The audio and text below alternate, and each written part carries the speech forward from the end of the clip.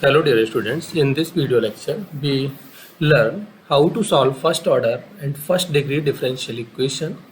Basically हम यहाँ पर सिंपल प्रोसेस जो आपने 10+2 लेवल पर भी स्टडी किए होंगे, just like separation of variable method, linear equation, exact differential equation, so उन्हीं को भी हम एक शॉर्ट ओवरव्यू यहाँ पर देख लेते हैं और इसके बाद हम अपना continue second order and higher order equations को सॉल्व करने के तरीके उन सबको यहाँ पर नोटिस करेंगे.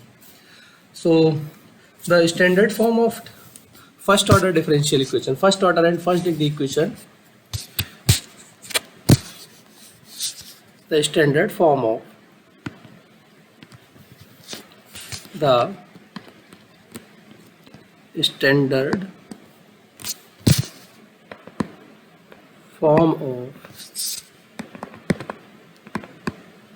first order and first degree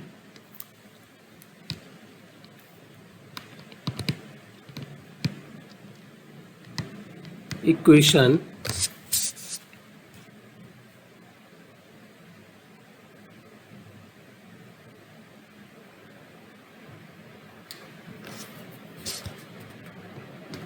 degree differential equation H. Simple equation already आप लोग स्टडी करते आए. D Y over D x is simply say some F X comma Y. This F X comma Y can also be written as say in the form of M which is the function of X comma Y, say something D X plus N X comma Y, say something D Y equal to 0. तो basically हमारा main focus तो इस पे ही रहेगा, d Y over D x equal to f x y. इसी से सारे प्रोसेस को हमको यहाँ पर देखने की ज़रूरत है. ठीक है, तो अभी हम इस वीडियो के अंदर कुछ simple separation of variable, homogeneous and linear discuss कर लेते हैं. एग्जैक्ट एंड इंटीग्रेटिंग फैक्टर एक नेक्स्ट वीडियो में करेंगे, जिससे कि हमारा वीडियो बहुत ज़्यादा लेंथी ना हो और चीज़ें भी हमारी क्लियरली यहाँ पर हो जाए. So first point is separation of variable method. Separation of variable method. जिस तरह से यहाँ पर जो नेम आप मेंशन कर रहे हैं separation of variable, same way यही यहाँ पर प्रोसेस भी होता है. हम जो हमारे पास एफ एक्स वाई है, कोशिश रहेगी कि उसको हम सेपरेट कर सकें in terms of x separately and in terms of y separately. तो हमारे पास जब x और y दोनों सेपरेट हो चुके होंगे तो उनको ईजिली हम इंटीग्रेट कर सकते हैं. सो इसको हम मान लेते हैं इक्वेशन नंबर 1. तो यहाँ पर कंसीडर कर लेते हैं if f x y in 1 can be separated as a function of x and y separately. If f x y in 1 can be separated as function of x and y alone, then one is known as separable equation. One is known as separable equation, separable. Okay, तो अब यहाँ पर simply भाई हमारे पास F x Y है. Suppose ये F x Y को हम मान लेते हैं कि सम फंक्शन ऑफ एक्स अलग हो जाता है and some function of y अलग हो जाता है. ठीक है, तो 1 के अंदर भाई ज़रा इसको पुट करिए तो हमारे पास कितना आ जाता है. D Y over D x is phi of x psi of y. अब देखिए क्या है कि भाई यहाँ पर आपका फाई एक्स अलग हो गया है, साई वाई अलग हो गया है एफ एक्स वाई के अंदर. तो आप किसी को भी किसी भी साइड में शिफ्ट करा सकते हैं. ठीक है, तो मैं कोशिश कर लेता हूँ कि मैंने साई ऑफ वाई को इस साइड में लेफ्ट में शिफ्ट कर दिया, या मैं कह सकता हूँ साई ऑफ वाई से पूरी इक्वेशन को डिवाइड कर दिया. Then this can be written as 1 over psi y d Y over D x equals to phi x. Okay, so separation of variable कुछ एक ऐसा प्रोसेस नहीं है कि आपको सीधे सोल्यूशन ही दे दिया. सोल्यूशन आपको डिफरेंशियल इक्वेशन का कैसे फाइंड करना होता है उसी से आपको मिलेगा। ठीक है, मैंने सबसे पहले वीडियो के अंदर और सेकंड वीडियो में दो एक ही पॉइंट बताया था कि आपके पास कोई इक्वेशन है तो उसको कोई भी फंक्शन सेटिस्फाई कर रहा होगा वो उसको सोल्यूशन कहलाएगा। मतलब ये तो डेफिनेशन थी कि सोल्यूशन होता क्या है। अब क्वेश्चन आता है कि हम सोल्यूशन ऑब्टेन कर रहे हैं, तो जैसे हमारे पास जो डिफरेंशिएशन के बाद इंटीग्रेशन प्रोसेस आपने 10+2 लेवल पर सीखे होंगे कि भाई अगर हमारे पास सपोज एक फंक्शन दिया हुआ है से x, तो उसका इंटीग्रेशन आप क्या लिख लेते हैं, पावर्स को रेज करा देते हैं x² 2 यानी x raise to the power n+1 upon n+1। तो सेम समथिंग डिफरेंशियल इक्वेशन को सॉल्व करना मीन्स आप गिवन इक्वेशन को इंटीग्रेट कर रहे हैं। तो यहाँ पर सिंपल जो प्रोसेस है वो तो कायदे में हमें इसी तरीके से लिखना चाहिए। बहुत सारे लोग बाई मिस्टेक कह सकते हो या फिर उसको ध्यान नहीं देते हैं, dy/dx को ब्रेक भी कर देते हैं। तो dy/dx ब्रेक नहीं करना चाहिए, हमें यहाँ पर वर्ड यूज करने चाहिए इंटीग्रेटिंग अबव इक्वेशन, या जो हमारे पास इक्वेशन है उसको इंटीग्रेट कर रहे हैं and with respect to x हम इंटीग्रेट कर रहे हैं। क्योंकि हमारे पास जो y है वो डिपेंडेंट है, वो इंडिपेंडेंट नहीं है, वो इंडिपेंडेंटली चेंजेज नहीं ले सकता है। तो उसका जो चेंज होगा वो विद रिस्पेक्ट टू x ही चेंज आपके पास पॉसिबल है। तो आप केवल और केवल इक्वेशन को विद रिस्पेक्ट टू x ही इंटीग्रेट कर सकते हैं। ठीक है, बाकी फिर यहाँ पर देखिए हमारे पास जो y चेंज हो रहा है वो थ्रू द x चेंज हो रहा है, इसीलिए हम इसको, मैं बार बार यहाँ पर अभी फोकस करने की बात कर रहा हूँ कि हम इसे ब्रेक नहीं करेंगे, dy इधर रख लिया और dx अलग कर दिया, हम यहाँ पर इसको इंटीग्रेट कराएंगे। ठीक है, तो इसको लिखिए integrating on both side with respect to x। जैसे ही आपने इंटीग्रेट किया तो ये 1/psi this is dy/dx into dx, हम x के रिस्पेक्ट में कर रहे हैं। ठीक है, राइट साइड पर आपके पास आ जाएगा psi x dx। ठीक है, अब यहाँ पर देखिए ये आपके पास मैंने अभी जस्ट बताया y चेंज हो रहा है थ्रू द x, तो हम जो सोल्यूशन आएगा वो y को ही हम लिखेंगे, लेकिन y डायरेक्टली नहीं हो रहा है, इंडिपेंडेंट होता हम डायरेक्ट लिख देते, जस्ट लाइक अभी जैसे मैंने यहाँ पर लिखा है x² y 2। ठीक है, हमें कुछ ज़रूरत नहीं थी, सिर्फ dx यहाँ पर इंटीग्रेंट की ज़रूरत थी और हम उसको कर सकते थे। बहुत से लोग यहाँ पर जो dx हैं इनको कैंसिल भी कर लेते हैं, तो प्लीज़ इस तरह से आप ना करें, ये मेरी तरफ से एक पर्सनल सजेशन रहेगा। आप इसको राइट डाउन कीजिए और इसके बाद इंटीग्रेट करिए। मैं ये नहीं कहूँगा कि आपका ये y के नहीं x में ही इंटीग्रेट होगा, इंटीग्रेशन आपका जो फंक्शन psi y है, से मैं अगर मान लूँ psi y मेरे पास after simplification 1/psi y is something y, for example हम ये मान लेते हैं और 1/psi y is something y, तो हमारे पास ये तो हो गया y dy/dx, ये एज इट इज लिखिए, ये आपका dx रहेगा, इसको आप इंटीग्रेट करेंगे और यहाँ पर आप बिल्कुल जेन्युइनली y² 2 ही लिखेंगे, कुछ अलग नहीं आएगा। लेकिन यहाँ पर जो हम मार्क करें तो हमें बेहतर तो ये होगा कि हम इसको इंडिपेंडेंट वेरिएबल के साथ मार्क करें। y is the function, y changes with respect to x, x के साथ चेंज हो रहा है, हम चेंज डायरेक्टली y में कुछ नहीं कर पा रहे हैं। ठीक है, तो ये आपका प्रॉपर वे होता है कि आप इस तरह से इसको इंटीग्रेट करें, इस तरह से इसको लिखें। हो सकता है कि मैं भी अपने अपकमिंग वीडियोज़ में, क्योंकि ये नॉर्मल हमारे यहाँ पर टेंडेंसी है, नॉर्मली सारे लोग यूज करते हैं, जब भी हम कोशिश करते हैं कोई चीज़ स्टार्ट करें तो दिमाग में रखते हैं उन चीज़ों को और आपको बताई जा सकें। बट आगे के वीडियोज़ में अगर मैं भी ये dy एंड dx को ब्रेक करता हूँ तो वो करेक्ट वे नहीं है। आप जिस तरह से मैंने यहाँ पर अभी लिखा है this is the correct way, इसी से आपको अगले इसको करना है। ओके, सो एक एग्जाम्पल अब हम देख लेते हैं, ये तो अभी हमारा सिर्फ प्रोसेस था। So we solve one example of the separation of variable method. Maybe we consider some simple question. Something dy/dx is something x/y. हम fxy को x/y कंसीडर करते हैं।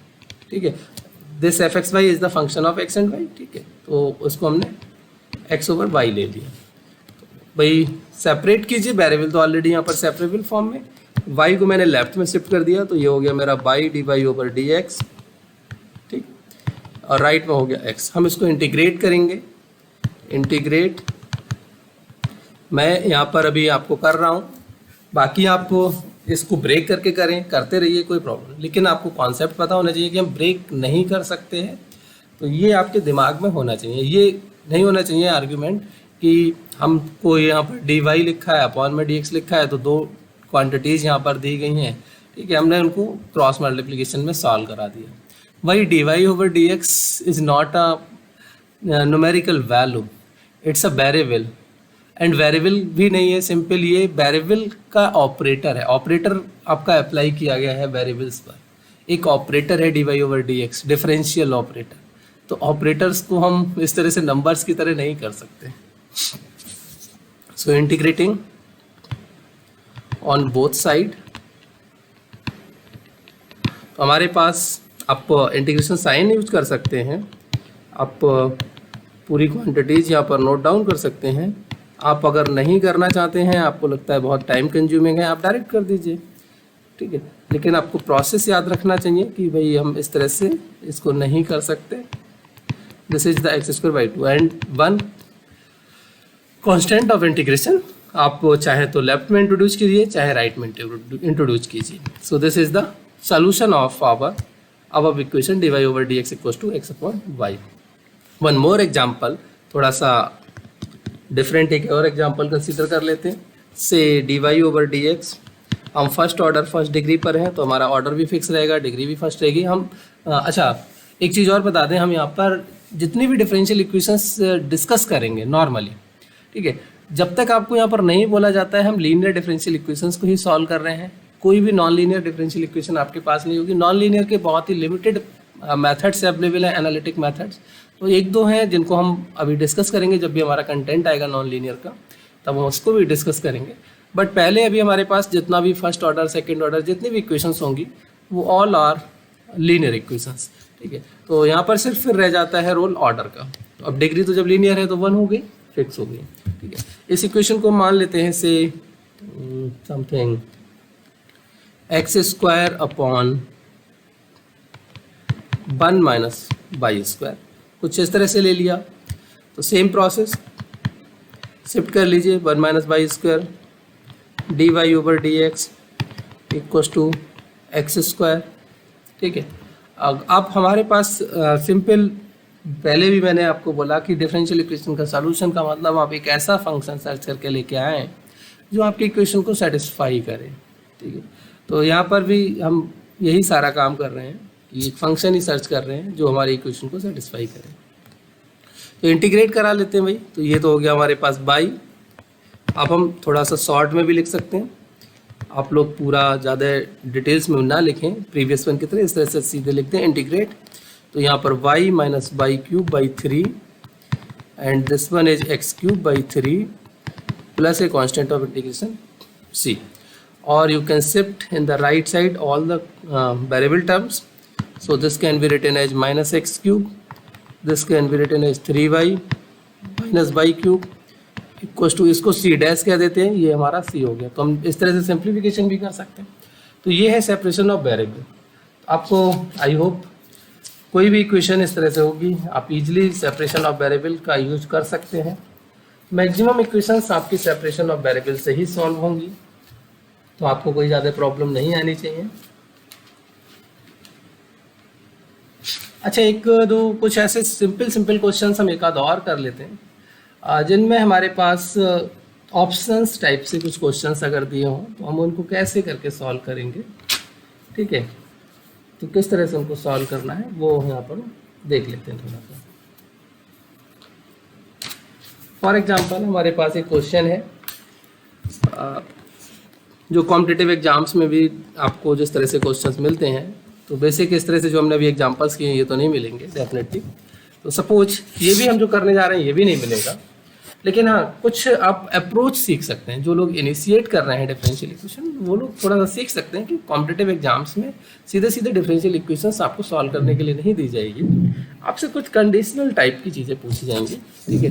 तो एक बेसिक मेरा आपको थोड़ा सा ओवरव्यू देने का कोशिश है कि किस टाइप से इक्वेशंस आपके पास एग्जाम के पॉइंट ऑफ व्यू से आप देखते हैं। ये हमारे पास बेसिकली इनिशियल कंडीशन के साथ है, और मैंने आई थिंक प्रीवियस वीडियोज़ के अंदर आपको कैटेगराइजेशन में ये शायद नहीं बताया, तो उसके अंदर एक और आप ऐड ऑन कर लीजिए। हमने देखिए डिग्री के अकॉर्डिंग उनका बाइफर्केशन किया, हमने उनका ऑर्डर के अकॉर्डिंग बाइफर्केशन किया, हमने उनके कॉन्स्टेंट्स के अकॉर्डिंग बाइफर्केशन किया, ठीक है। और हम यहाँ पर एक चीज़ को वहाँ पर भूल गए, स्किप हो गई थी। यहाँ पर आप देख सकते हो आपका जो बाइफर्केशन है वो आपके कंडीशंस के अकॉर्डिंग भी होता है, जो इन्फॉर्मेशन गिवन है उसके अकॉर्डिंग भी होता है। Bifurcation by the given conditions. So one is known as initial data, initial value problem. Initial value problem means if you have data at the starting point known, ठीक है। जैसे हमने suppose कर लीजिए हम इस पॉइंट से ट्रैवल करना स्टार्ट करते हैं। नॉर्मली ये हमारा डेली लाइफ का जो वर्क है, किसी दूसरे डेस्टिनेशन पॉइंट पर हमें जाना है, ठीक है। तो ये हमारा स्टार्टिंग पॉइंट हो गया। यहाँ से हम सपोज इस पॉइंट पर जाना है हमको, तो स्टार्टिंग में हमारे पास टाइम क्या रहा होगा, 0।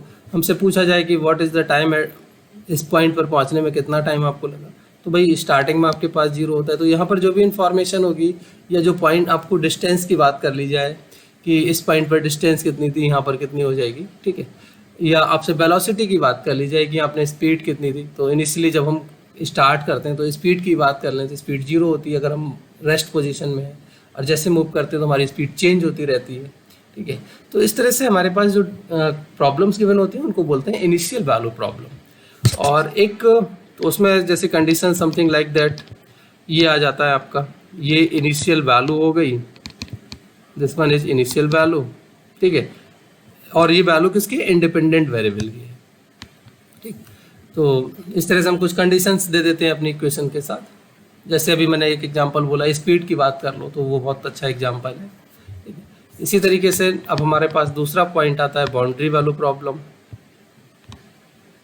बाउंड्री वैल्यू प्रॉब्लम, ठीक।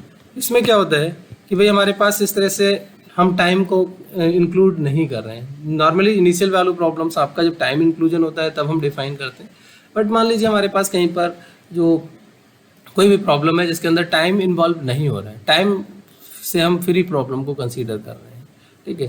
तो उस तरह से हमारे पास क्या होता है, बाउंड्री आपको दे दी जाती है। हर एक डिफरेंशियल इक्वेशन का एक डोमेन होता है, ठीक है। तो उस डोमेन पर आपको बाउंड्रीज डिफाइन कर दी जाती है। तो आपके पास सपोज ये कोई डोमेन आपको दे दिया गया, तो इस पॉइंट पर आपको इन्फॉर्मेशन दे दी गई कि भाई यहाँ पर आपके पास ये सोल्यूशन की जो इन्फॉर्मेशन है वो ये है, इस पॉइंट पर ये है, ठीक है। तो इसको हम मान लेते हैं ये ए पॉइंट है, तो बाई एट ए मान लिया से समथिंग बाई 1 है, बाई एट बी ऑलरेडी आपको से डिफाइंड है समथिंग बाई 2। तो ये आपके पास पहले से प्रीवियसली नोन होती हैं चीज़ें, ठीक है। आपका जो सोल्यूशन है वो नोन है और आप इनके इंटरमीडिएट पॉइंट्स में सोल्यूशंस को नोन करना चाह रहे हैं। तो इस तरह की जो प्रॉब्लम होती है उसको हम बोलते हैं बाउंड्री वैल्यू प्रॉब्लम, ठीक। तो बेसिकली ये इसलिए भी यहाँ पर मुझे ध्यान आ गया क्योंकि ये जो प्रॉब्लम है वो इनिशियल वैल्यू प्रॉब्लम है। मैंने कहा कम से कम ये जो कंडीशन होती है क्या है, इसको हम क्यों लेते हैं, वो आपको यहाँ पर बता दिया जाए। इसको सॉल्व कर लेते हैं। चला थोड़ा जल्दी से हम इसको सॉल्व करते हैं। 1/y² dy/dx = 1 इंटीग्रेट करेंगे तो ये हमारे पास आ जाएगा -1/y = x + c। इंटीग्रेट हो गया, ठीक है। अब हमारे पास गिवन कंडीशन है, हम गिवन कंडीशन यूज कर लेते हैं। हमने गिवन कंडीशन यूज कर ली, तो कंडीशन हमारे पास क्या है भाई, by eight 0 h1। By eight 0 मतलब x की वैल्यू 0 रखेंगे तो बाई की वैल्यू कितनी है, 1। तो ये हो गया -1 = 0 + c। तो यहाँ से हमें c मिल गया -1। Hence our solution -1/y = x - 1, ठीक है। इसको और सिंप्लीफाई कर लें तो हम इस तरह से कुछ लिख सकते हैं, समथिंग y = -1/x - 1। अब बेसिकली सोल्यूशन को हमें बेसिकली यहाँ पर बताना तो ये था कि ये सोल्यूशन एग्जिस्ट कहाँ कहाँ करता है, ये सोल्यूशन आपको कहाँ मिलेगा और कहाँ पर ये सोल्यूशन नहीं मिलेगा, ठीक है। तो बेसिकली हमें यहाँ पर यही बताना है। अब देखिए सबसे पहले हमारे पास फंक्शन आ गया, सोल्यूशन का आपको फंक्शन मिल गया x - 1। अब ये बाई आपके पास अगर भाई अनडिफाइंड क्वांटिटी हो जाए, तब तो कभी आप कुछ डिफाइन ही नहीं कर सकते। बाकी तो आप होल ऑफ रियल नंबर यहाँ पर एज्यूम कर सकते हैं, कोई प्रॉब्लम नहीं है, आप होल ऑफ रियल नंबर यहाँ पर टेक कर सकते हैं एज द सोल्यूशन। बट अगर आपके पास ये जो बाई है, अगर वहाँ पर x की वैल्यू 1 हो जाए, अगर x आपके पास 1 हो जाए, तब तो आप इसको सॉल्व ही नहीं कर सकते भाई। तो हमारे पास ये जो डिफरेंशियल इक्वेशन है, इसमें क्या होगा कि x इक्वल टू 1 पर आप इसके सोल्यूशन को डिफाइंड नहीं कर सकते। तो ये हमारे पास is defined everywhere, is defined everywhere in R except x equal to 1। अगर x इक्वल टू 1 हो गया तो ये y इक्वल टू आपके पास अनडिफाइंड क्वांटिटी हो जाएगी, ठीक है। तो इस तरह से आपको ये ध्यान रखना होगा। तो आप ट्रिवियल सोल्यूशन है, नॉन ट्रिवियल की हम बात नहीं कर रहे हैं, तो इसलिए x इक्वल टू 1 नहीं हो सकता, y आपका अनडिफाइंड नहीं हो सकता। तो इस तरह के जो क्वेश्चंस हैं, ऑप्शंस आपको हो सकता है वो दें और उसके अकॉर्डिंग आपसे चॉइस रखवाई जाए। हो सकता है फॉर एग्जांपल हम यहाँ पर ये ऑप्शंस की बात कर लेते हैं। अगर मान लीजिए हमारे पास ऑप्शंस हैं सोल्यूशन एग्जिस्ट फॉर, ये मैं क्वेश्चन को यहाँ पर फॉर्म कर देता हूँ, solution exist for number 1, x आपसे ले लिया गया -∞ टू +1, ठीक है। नंबर 2 हम एक मान लेते हैं x बिलोंग्स टू, देखिए इन्फिनिटी जब भी आप इंट्रोड्यूस करें तो ओपन इंटरवल लें, -1 ले लीजिए, ठीक है। And number 3 x belongs to some 0 to a and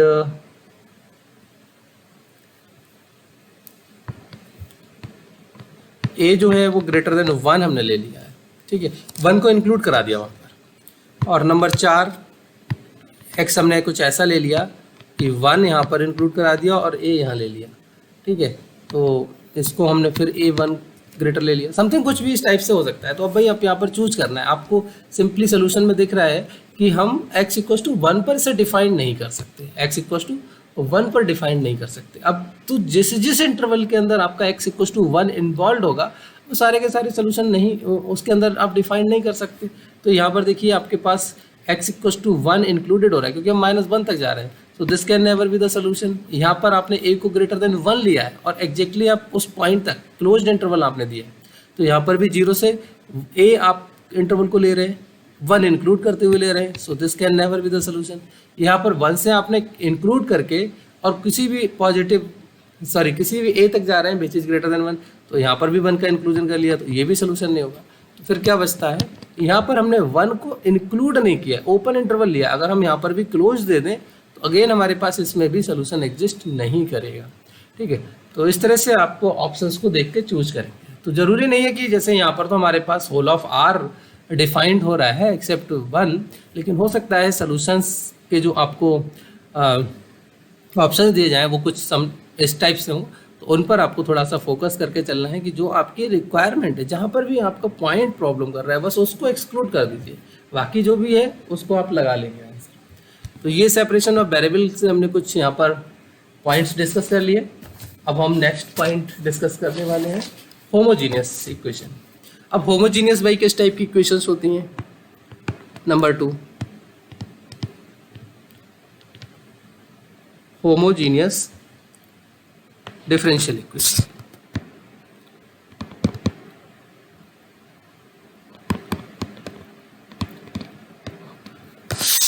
जैसे अभी हमने सेपरेशन ऑफ वेरिएबल की बात की थी, वैसे ही हम यहाँ पर भी बात कर रहे हैं। मीन्स हमारे पास अगर dy ओवर dx जो fxy है, this fxy can be written as phi of x comma y, ऐसे हम ब्रेक कर रहे हैं psi of x comma y, ठीक है। हम इसको दो फंक्शंस की फॉर्म में एक्सप्रेस कर पाते हैं। अगर हमारा जो फाई है f है और वो इस तरह से दिया हुआ है phi x comma y and psi x comma y, तो इसमें जो हमारे पास फंक्शंस फाई एंड साई हैं, जो फंक्शंस फाई एंड साई हैं उसके रिगार्डिंग हम बेसिकली यहाँ पर होमोजेनिसिटी की बात करते हैं। मीन्स हमारे पास जो degree of the function phi and psi है वो सेम होनी चाहिए in terms of x and y. तो यहाँ पर हम मेंशन कर लेते हैं here phi and psi are homogeneous function. Homogeneous का मतलब हम फिर अगेन अभी आपको और बताएंगे। Homogeneous function of same degree in x and y. ठीक है, अब पहले तो हम जो होमोजीनियस फंक्शंस की बात कर रहे हैं, होमोजीनियस जो वर्ड है उसकी बात कर लें। फॉर एग्जांपल हमने एक फंक्शन ले लिया फाई, पहले तो हम फाई एक्स वाई की ही बात कर लें कि अपने आप में इटसेल्फ भी होमोजीनियस कैसे होगा। हमने इक्वेशन लिखी से x square plus x y, तो यहाँ पर देखिए हर एक टर्म की पावर कितनी आ रही है, सेम आ रही है। हर एक टर्म की पावर कितनी आ रही है, सेम आ रही है। तो ये हमारे पास क्या हो गया, होमोजीनियस। ठीक है, अब अगर मान लीजिए किसी ने फंक्शन ले लिया, नंबर 1 ये आपके पास हो गया, नंबर 2 किसी ने लिया function x cube plus x square y plus y square. अब यहाँ पर ये फर्स्ट और सेकंड तो होमोजीनियस है, ये तो होमोजीनियस है, but due to this term this is non homogeneous, क्योंकि डिग्री यहाँ पर चेंज हो गई, तो ये होमोजीनियस नहीं है, नॉट अ होमोजीनियस। ठीक है, तो ये आपको थोड़ा सा ध्यान रखना होगा। जो हमारा फंक्शन फाई एंड साई है, तो उनकी जब डिग्री सेम हो जाती हैं, मीन्स उसमें हर एक टर्म की डिग्री जब सेम होगी आइदर इन द फाई और इन साई, तब हम उस तरह की प्रॉब्लम्स को क्या कहते हैं, होमोजीनियस। और इसके लिए सिंपल रूल है, क्योंकि डिग्री सेम होने की वजह से हम ईजिली इस प्रॉब्लम को किसी भी सब्स्टिट्यूशन के थ्रू सॉल्व कर सकते हैं। तो रूल क्या है, हम यहाँ पर कॉल कर लेते हैं से y equals to some b x. B की जगह आप कोई और पैरामीटर भी ले सकते हो या वेरिएबल ले सकते हो, उसके बाद हम इसको सॉल्व कर लेते हैं। तो एक एग्जांपल हम सॉल्व करते हैं यहाँ पर, और आई होप क्योंकि ये आप लोगों ने ऑलरेडी 10+2 लेवल पे किया है, तो मुझे उम्मीद है कि अच्छे से आप लोगों को समझ भी आ रहा होगा। हमारे पास प्रॉब्लम है solve x square minus y square. ये डिफरेंशियल इक्वेशन चाहे किसी भी फॉर्म में दे दी जाए, लेकिन हम जो सॉल्यूशन की बात कर रहे हैं वो हमारे पास जो dy/dx की हमने बात की थी उसका ध्यान रखना चाहिए। हालांकि इस तरह से इक्वेशंस लिखी भी नहीं जानी चाहिए, इक्वेशन तो आपको इस तरह से दी होनी चाहिए, this is like this one. ठीक है, तो यहाँ से हमें बेसिकली डिफाइन तो सिर्फ dy/dx इक्वल्स टू fxy ही करना है। तो dy/dx देखते हैं क्या है। अब हम सोल्यूशन अपना स्टार्ट करते हैं।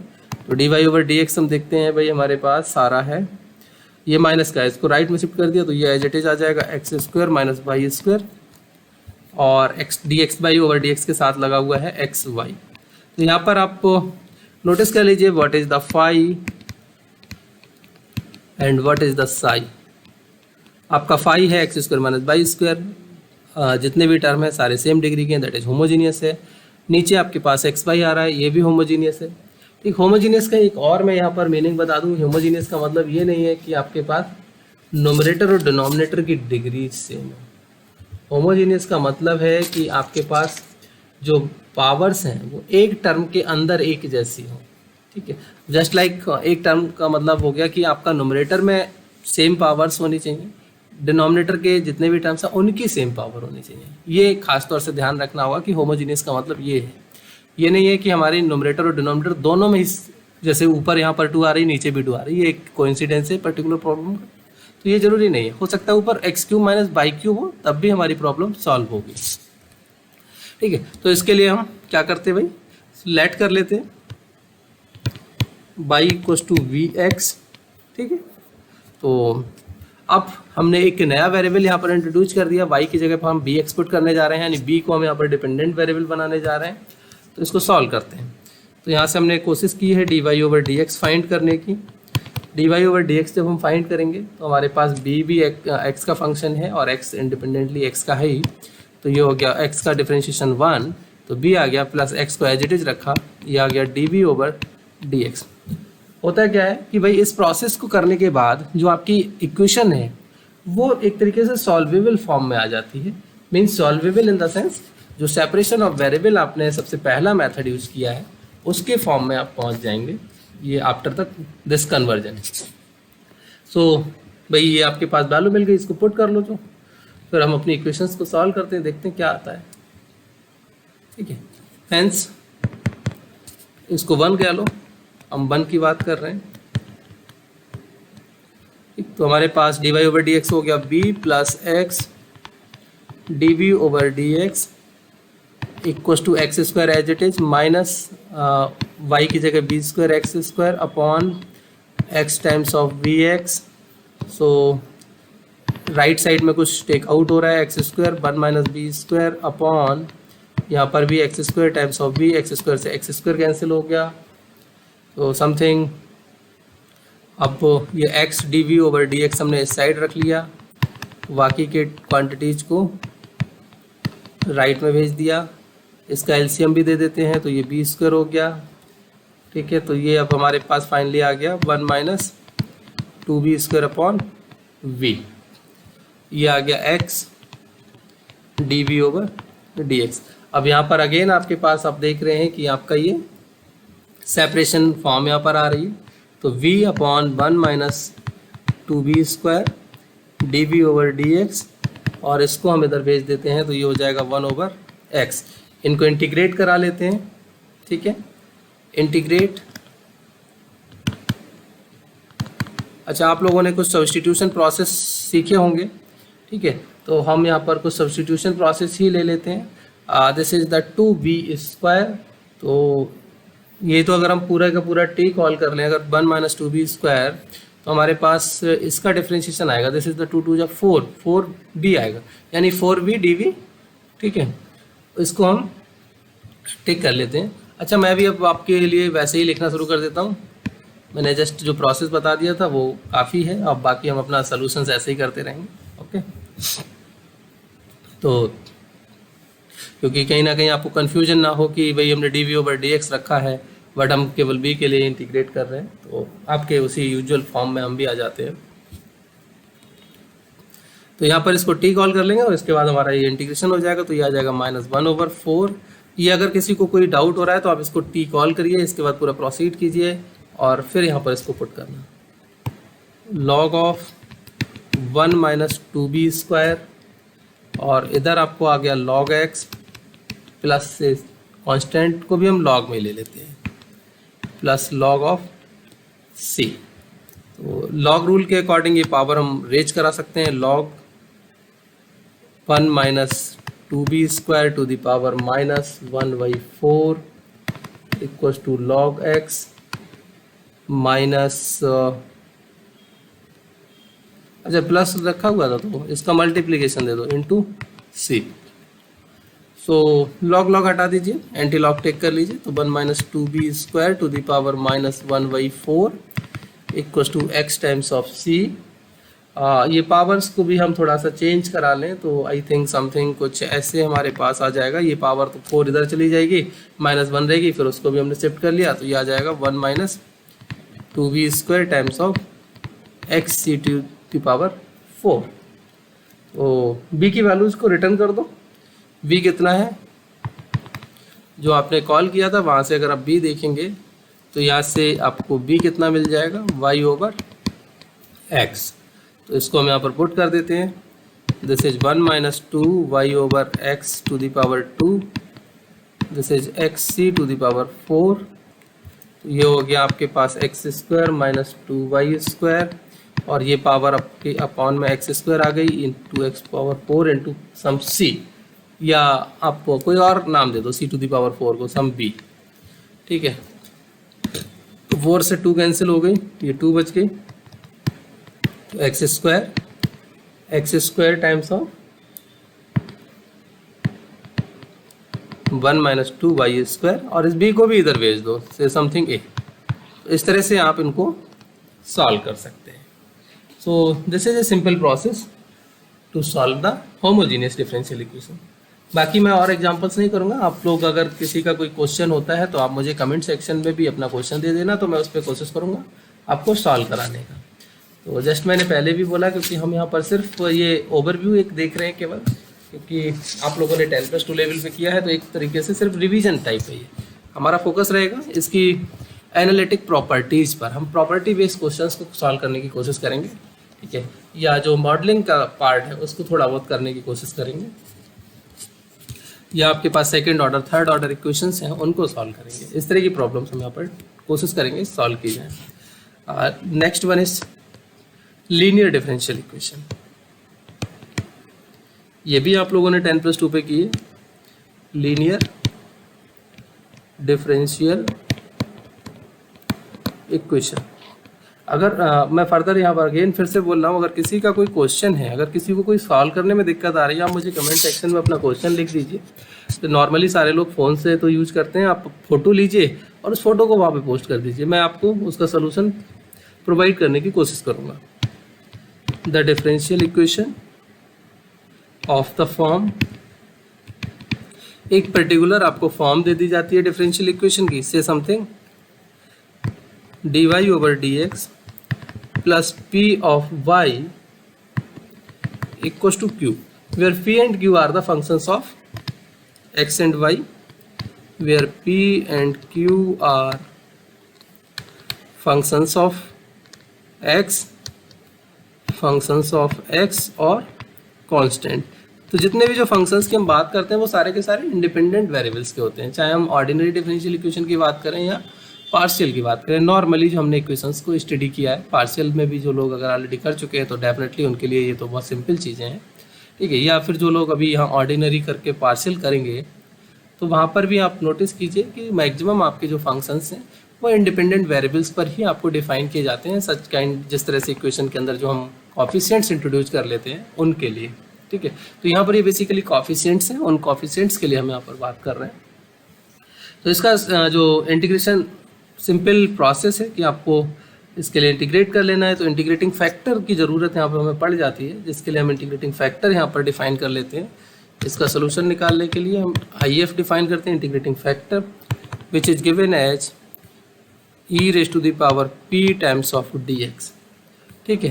तो e⁻p टाइम्स ऑफ dx आप यहाँ पर इसको डिफाइन करते हैं, और जो सोल्यूशन होता है वो आप डिफाइन कर देते हैं y times of IF equals to q times of IF dx plus a constant c। अगर ये इंटीग्रेशन हटा दिया है साइन तो c को इंट्रोड्यूस कर दीजिए, अगर इंटीग्रेशन साइन नहीं हटा है तब तक आप c को इंट्रोड्यूस मत कीजिए। तो हम अभी तो यहाँ पर लिख दे रहे हैं, लेकिन क्वेश्चन में हमारा ध्यान रहे कि जब तक इंटीग्रेशन साइन नहीं हटेंगे तब तक हम कांस्टेंट ऑफ इंटीग्रेशन इंट्रोड्यूस नहीं करेंगे। तो एक एग्जांपल देख लेते हैं, बहुत सिंपल एग्जांपल है, ठीक है। x+1, मैं अगेन यहाँ पर फिर से एक अपील करूँगा कि जिन लोगों के भी अगर क्वेश्चंस हैं, क्योंकि बहुत सारे हो सकता है व्यूअर्स इस तरह के हों जो फर्स्ट टाइम डिफरेंशियल इक्वेशन कर रहे हैं, तो प्लीज़ उनके लेवल से मैंने इसको नहीं क्रिएट किया है। तो आप अपने क्वेश्चंस हमको शेयर कर सकते हैं, हम उन क्वेश्चंस को सॉल्व कराने की कोशिश करेंगे,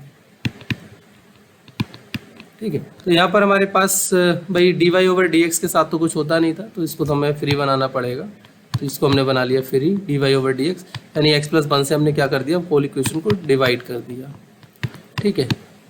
तो जैसे हमने होल इक्वेशन को x+1 से डिवाइड किया तो हमारे पास ये बच गया राइट में, x+1 की पावर 2 थी तो एक तो पावर आपकी से कैंसिल हो गई, जस्ट लाइक इस तरह से मैंने इसको कर लिया x+1, सॉरी इसमें तो मत करिए नहीं तो फिर गड़बड़ हो जाएगा। इस तरह से देखिए, अच्छा मैं बता ही देता हूँ आपको, मैंने क्या किया x+1 से पूरी इक्वेशन को डिवाइड करता चला गया।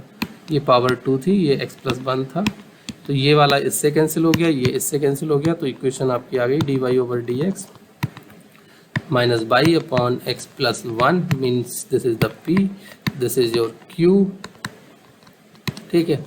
तो यहाँ पर आपके p और q आपको मिल गए, p हो गया -1 upon x+1, q आपका हो गया e⁻3x x+1। ये जो हम प्रोसेस यहाँ पर कर रहे हैं ये एक पर्टिकुलर प्रोसेस हो गया है। बाकी डिफरेंशियल इक्वेशन जो इंटीग्रेटिंग फैक्टर का मतलब क्या होता है कि हम एक ऐसा फैक्टर इंट्रोड्यूस कर रहे हैं जिसको मल्टीप्लाई करने के बाद हमारी इक्वेशंस क्या होगी, ईजिली इंटीग्रेबल हो जाएगी, ईजिली सॉल्वेबल फॉर्म में रिड्यूस हो जाएगी। तो ये बेसिकली एक इंटीग्रेशन प्रोसेस है और कुछ नहीं है इंटीग्रेटिंग फैक्टर। तो ये आपका वो कंपोनेंट है जिससे आप अपनी इक्वेशन को ईजिली इंटीग्रेट कर पाते हैं। तो भाई सबसे पहले IF निकाल लीजिए इस क्वेश्चन के अंदर भी। तो हमने IF सर्च किया, e⁻∫p dx के थ्रू मिलेगा, e⁻∫(-1/x+1 of dx e raised to the power this one, I think minus log of x plus 1, ठीक है.